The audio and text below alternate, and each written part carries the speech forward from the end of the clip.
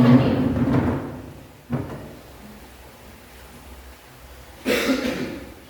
Teman-teman, sebelum kami melanjutkan pelajaran hari ini, mari kita berdoa. Saya memimpin doa yang baik.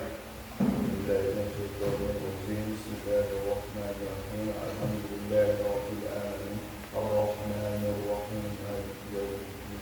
Iyyaka na'budu wa iyyaka nasta'in. Ihdinas siratal mustaqim. Siratal ladzina an'amta 'alaihim ghairil maghdubi 'alaihim waladdallin. Amin. Doa selesai.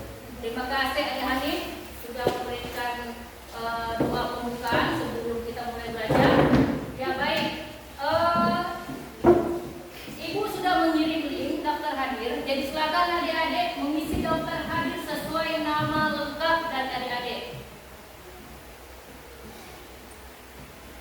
Jangan sampai salah ya, nama lengkap beserta dengan kelas.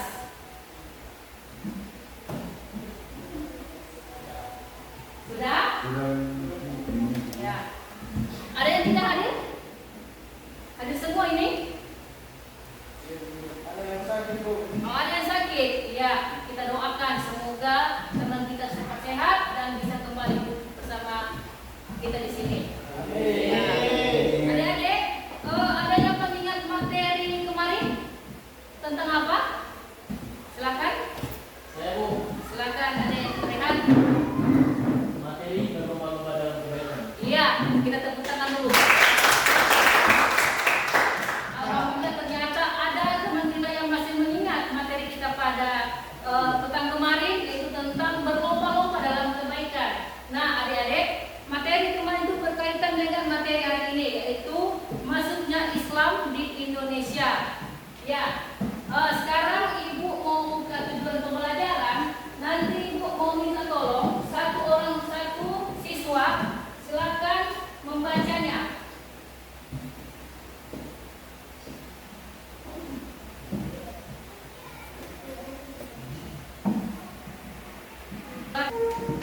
Ya, nomor 1 tujuan pembelajaran. Tujuan pembelajaran 1. Serta didik dapat menjelaskan konsep masukan Islam ke Indonesia dengan benar. Ya, terima kasih. Silakan Adik Azab. Nomor 2. Nomor 2, peserta didik dapat mengidentifikasi sejarah masuk Islam ke Indonesia yang benar. Ya, nomor 3. Didik mendeskripsikan tokoh-tokoh penyebaran Islam di Indonesia dan kontribusinya terhadap masyarakat dengan benar. Ya, silakan Marina. Peserta didik dapat mempresentasikan materi sejarah masuknya Islam di Indonesia dengan mudah. Ya, terima kasih kepada adik-adik yang sudah membantu Ibu Guru membaca tujuan pembelajaran. Nah, materi pada pagi hari ini yaitu tentang masuknya Islam di Indonesia. Kira-kira ada tidak siswa yang ingin bertanya? Ada? Silakan angkat tangan kalau ada yang ingin bertanya. Saya, Bu. Silakan Adik Rehan. Bertanya, Bu. Ya. Jelaskan peran ulama dalam penyebaran Islam di Indonesia. Jelaskan peran ulama penyebar Islam di Indonesia. Ada yang ingin menjawab? Saya, Bu. Ya, silakan Ramadan. Ulama berperan sebagai pendakwah yang menyebarkan ajaran Islam melalui ceramah, pengajaran di pesantren dan pendekatan budaya. Mereka juga menjadi pemimpin masyarakat, penulis kitab-kitab keagamaan serta perantara antara ajaran Islam dan tradisi lokal. Nah, jadi jawaban dari adik Ramadan itu dengan caranya itu berdakwah. Salah satu dari ulama menyebarkan Islam di Indonesia. Baik, Ibu akan memutar video, jadi silakan adik-adik menyimaknya. Setelah itu Ibu persilakan untuk menjawab dan memberikan pertanyaannya. Warahmatullahi wabarakatuh. Alhamdulillah, hadirin sekalian sehat walafiat. Baiklah, Ibu akan menyebarkan materi pada hari ini, yaitu tentang peran ulama.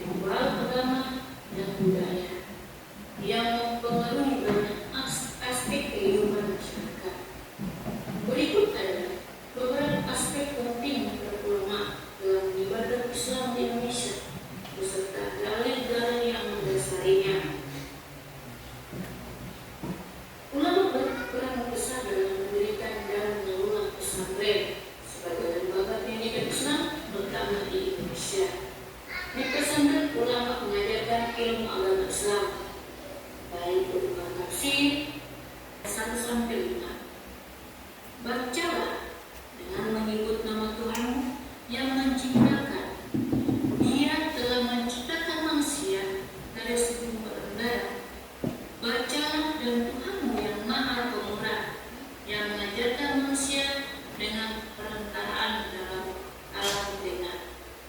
Dia menanyakan kepada manusia apa yang diketahuinya. Ayat ini menegaskan pentingnya ilmu pengetahuan yang menjadi dasar dalam mendidik umat Islam, suatu hal yang juga menjadi fokus utama ulama di Indonesia. Penyebaran Islam melalui dakwah, ulama juga berperan sebagai dai, penyebar dakwah, baik melalui ceramah di masjid-masjid, tablik maupun media sosial di era modern. Dakwah mereka tidak hanya terbatas pada aspek agama, tetapi juga pada mencakup nilai moral, sosial, dan budaya. Dalamnya, Al-Quran surat An-Nahl ayat 1-25 yang berbunyi, "Serulah manusia ke jalan Tuhanmu dengan hikmah, nasihat yang baik, dan berbahagialah mereka yang jahat." Masya Allah. Nah, ada yang sudah menyimak tadi? Ya. Nah, ada yang ingin bertanya? Saya Bu, Silakan Adik Fauzan. bagaimana cara ulama menyampaikan ajaran Islam kepada masyarakat Indonesia? Bagaimana cara ulama menyampaikan ajaran kepada rakyat Indonesia? Nah, ada yang ingin menjawab pertanyaan Adik Fauzan? Silakan Adik Idam. Ulama menyampaikan ajaran Islam Siapa suara? dengan cara mengajar di pesantren dan surau, menggunakan media seni budaya seperti wayang, tambang, dan hikayat, melakukan dakwah langsung di masyarakat termasuk di masjid dan di tempat umum, menerjemahkan kitab-kitab keagamaan ke bahasa lokal untuk memudahkan pemahaman. Baik sekali, jawaban yang sangat menarik. Ada lagi yang ingin bertanya? Ada? Ada yang ingin bertanya? Nah, sekarang Ibu mau bertanya, bagaimana contoh ulama masuknya Islam di Indonesia? Saya Bu, Silakan Adik Rehan. Contoh ulama yang berperan besar dalam penyebaran Islam di Indonesia adalah Wali Songo seperti Sunan Kalijaga, Sunan Bona, dan lain-lain. Kemudian ada Syekh Yusuf Al-Kasal dan Hamzah Pansuri. Baik sekali, kita terima aplaus. Luar biasa, kelas yang sangat aktif. Nah, sekarang Ibu, atau ada lagi yang mau bertanya sebelum Ibu berbagi kelompok? Ada? Saya Bu, Silakan, Adik Anggi. apa peran pesantren dalam penyebaran Islam di Indonesia? Bagaimana? Apa peran pesantren dalam penyebaran Islam di Indonesia? Apa peran pesantren dalam penyebaran Islam di Indonesia? Ada yang bisa menjawab? Saya Bu, Silakan Adik Badina. pesantren menjadi pusat pendidikan Islam di mana ulama mengajarkan Al-Quran, hadis, fikih, dan tasawuf. Pesantren juga melatih para santri menjadi kader dakwah yang akan menyebarkan Islam ke daerah-daerah lain. Ya, baik sekali. Jadi pesantren juga itu mengajarkan bagaimana kita cara berdakwah sesuai dengan tuntunan dari baginda kita Nabi Muhammad SAW. Baik, kalau kita masuk ke berikut, kita akan berbagi kelompok, yaitu kelompok 1 dan 2 akan membuat proyek masuknya Islam Indonesia, dan kelompok 2 timeline, yaitu kelompok 2 nanti pertanyaannya Ibu kirim di link, ya. Silakan berbagai kelompok 1 dan kelompok 2. Setelah itu akan presentasi di depan. Silakan. Yang sudah ditunjuk tadi.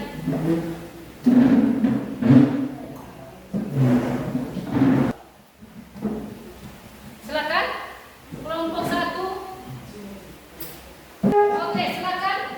Kelompok 2 dan kelompok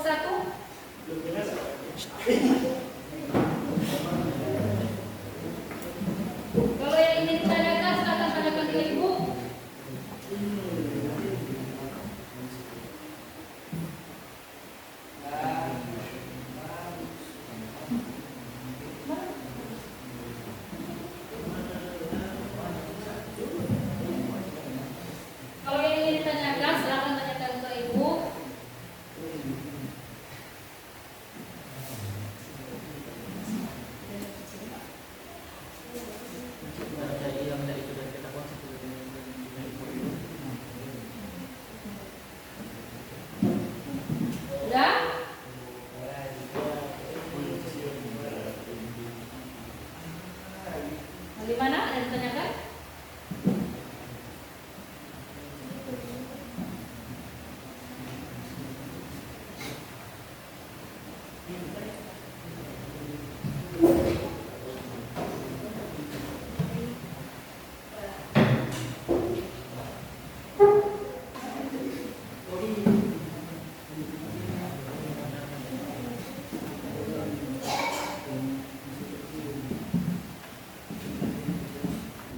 Oke, baik. Silakan kelompok 1 maju ke depan untuk mempresentasikan hasil peta konsep proyek yang telah dibuat. Silakan. Yang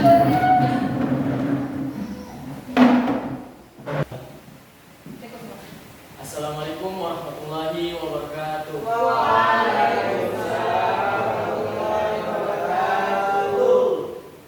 Pada kesempatan kali ini kami kelompok 1 akan mempresentasikan hasil kerja kelompok kami berupa peta konsep dengan judul Sejarah Islam di Nusantara. Di sini bisa dilihat terdapat 3 subbab, yaitu kondisi masyarakat Nusantara sebelum Islam dengan poin-poin sebagai berikut: ekonomi, budaya, agama kepercayaan, politik, dan bersuku-suku bangsa. Kemudian yang kedua, proses masuknya Islam ke Nusantara, ada perdagangan, perkawinan, pendidikan, seni budaya, tasawuf, dan politik. Dan yang ketiga, teori masuknya Islam ke Nusantara, yaitu melalui teori Mekah, Persia, Gujarat, dan teori Cina. Kemudian saya akan menjelaskan secara rinci poin-poin dari subbab yang sudah tertera di sini. Dari subbab pertama, kondisi masyarakat Nusantara sebelum Islam. Nomor 1, dari segi ekonomi. 1, pertanian dan perburuan sebagai sumber hidup, perdagangan laut, barter emas sebagai alat tukar, dan perbedaan kelas sosial terjadi. Yang kedua, dari segi budaya, bahasa lokal seperti Jawa kuno dan Melayu, di sini ukir batu, arsitektur, dan Buddha.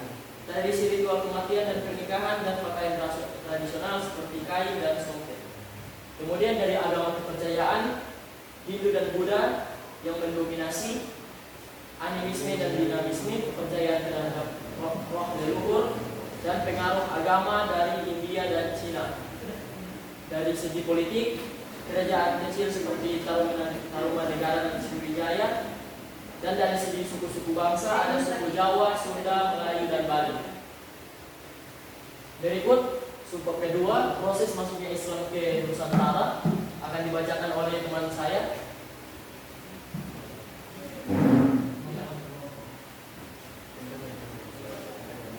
Bapak perhatikan ya.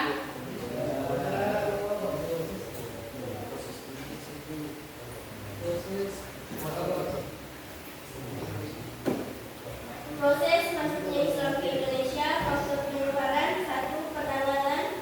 Abad ke-7, perdagangan Arab dan Persia, perdagangan di Indonesia. 2. Perkawinan. Abad ke-8, perkawinan campuran antara perdagangan dan masyarakat lokal. 3. Pendidikan. Abad ke-13, pesantren dan madrasah mengajarkan Islam. 4. Seni budaya. Abad ke-14, seni ukir, patung, dan arsitektur Islam berkembang. Yang kelima,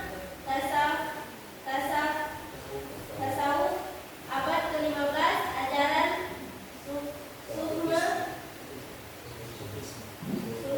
sufisme memperdalam spiritualitas. Ke-6, politik. Abad ke-15, kerajaan Islam seperti Demak dan Mataram didirikan. Kemudian ada teori masuknya Islam ke Nusantara yang akan dibacakan oleh teman saya. Silakan. Teori pertama adalah teori Mekah, langsung dari Arab Saudi abad ke-7. Teori kedua adalah teori Persia, melalui Persia atau disebut sekarang sebagai Iran abad ke-8. Pedagang dan ulama Persia membawa pengaruh budaya dan agama. Teori ketiga adalah teori Gujarat. Melalui Gujarat India abad ke-13, pedagang dan ulama Gujarat menyebarkan Islam. Dan teori keempat adalah teori Cina yang melalui Cina abad ke-14, di mana pedagang Cina Muslim menyebarkan Islam. Demikian presentasi dari kami buka sesi tanya jawab. Silakan. Ya, terima kasih kepada Guru Satu yang sudah membuat konsep project yang begitu bagus dan luar biasa. Silakan kelompok 2 yang ingin bertanya, silakan. Silakan. Perkenalkan, nama saya Fogan, saya dari kelompok 2 ingin bertanya.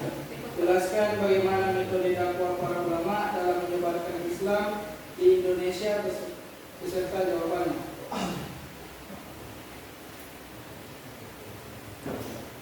Silakan kelompok 1 menjawab dari pertanyaan dari kelompok 2.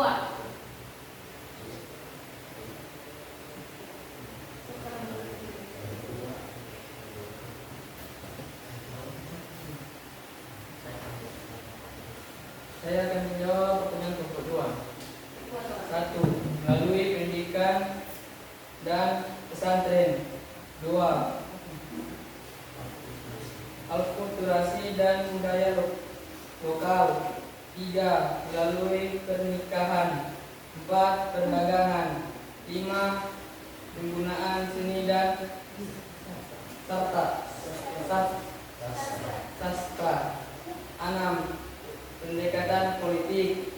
7. Dakwah langsung dan karisma pribadi. 8. Melalui tasawuf. Sudah. Ya, bagaimana dari kelompok 2? Apakah sudah puas dengan jawaban dari kelompok 1? Baik, sudah puas. Sudah puas. Ada lagi yang ingin bertanya?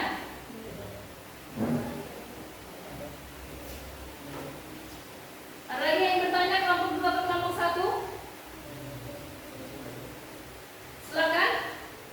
Dibuka pertanyaan terakhir. Bu, Silakan Adik Fauzan. melalui jalur apakah dakwah Islam di Indonesia? Melalui jalur apakah? Baik, saya akan Silakan. menjawab pertanyaan dari kelompok 2. 1. Jalur perdagangan. 2. Jalur pernikahan. 3. Jalur pendidikan dan pesantren. 4. Jalur politik dan kerajaan. 5. Jalur kesenian dan budaya lokal. 6. Jalur dakwah tasawuf. 7. Jalur karya tulis dan sastra. Sekian, terima kasih. Iya, kita berikan aplaus untuk kelompok 1. Silakan kembali ke tempat duduk. Kita masuk ke tahap berikut. Ada yang mau memberikan kesimpulan atas materi Ibu tadi? Silakan. Kesimpulan tentang sejarah masuknya Islam di Indonesia adalah sebagai berikut. Islam masuk ke Indonesia melalui proses yang panjang, damai dan bertahap. Dimulai sejak abad ke-7 Masehi. Agama ini disebabkan oleh pedagang ulama dan sufi melalui berbagai jalur seperti perdagangan, pernikahan, pendidikan, seni budaya, dan kerjasama politik dengan kerajaan lokal. Metode dakwah yang adaptasi dan akulturasi dengan tradisi setempat membuat Islam diterima dengan mudah oleh masyarakat Nusantara. Proses Islamisasi tidak hanya membawa perubahan agama, tetapi juga mempengaruhi berbagai aspek kehidupan, termasuk sistem pemerintahan, budaya, dan pendidikan. Dengan perkembangannya, kerajaan-kerajaan Islam seperti Samudra Pasai, Demak, dan Aceh, Islam semakin meluas dan menjadi bagian integral dari identitas masyarakat Indonesia. Islamisasi yang damai dan toleransi inilah yang menjadi ciri khas penyebaran Islam di Indonesia. Ya, terima kasih Adik Nathan sudah membacakan kesimpulan materi Ibu pada pagi. Jadi Ibu tambahkan sedikit kesimpulan tadi tentang maksudnya Islam di Indonesia, yaitu kita sebagai anak muda, generasi muda itu ingin melanjutkan bagaimana dakwanya para ulama, ya. Jangan kita tinggalkan itu, terus sama-sama kita berjuang melihat pendakwa-pendakwa yang telah gugur, yang telah meninggal, ya. Ada yang ditanyakan sebelum Ibu menutup materi pada pagi hari ini? Tidak, Bu. Sudah? Baik. Iya, baik. Jadi Ibu sudah mengirim soal sebagai bahan evaluasi. Silakan adik-adik lihat link yang Ibu sudah kirim. Sudah ada kan? Ya, Bu. Ya.